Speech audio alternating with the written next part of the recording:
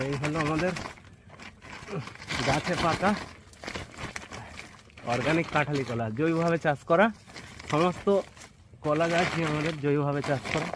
দেখুন কি সুন্দর পেকে গেছে গাছে, একদম গাছে পাকা। বাজারে যে সমস্ত কলা বিক্রি হয় সেগুলো কখনোই গাছে পাকা না। দেখুন এটা সব গাছে পাকা এবং কত ফ্রেশ, কত তাজা এবং মোটামুটি বড় সাইজের কলা। এগুলো দেশি কাঁঠালি কলা। আমরা আজকের এটাকে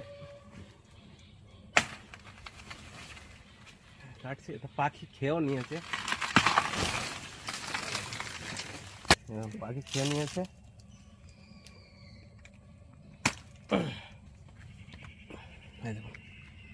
গাছে পাকা কলা পাখি খেয়ে নিয়েছে।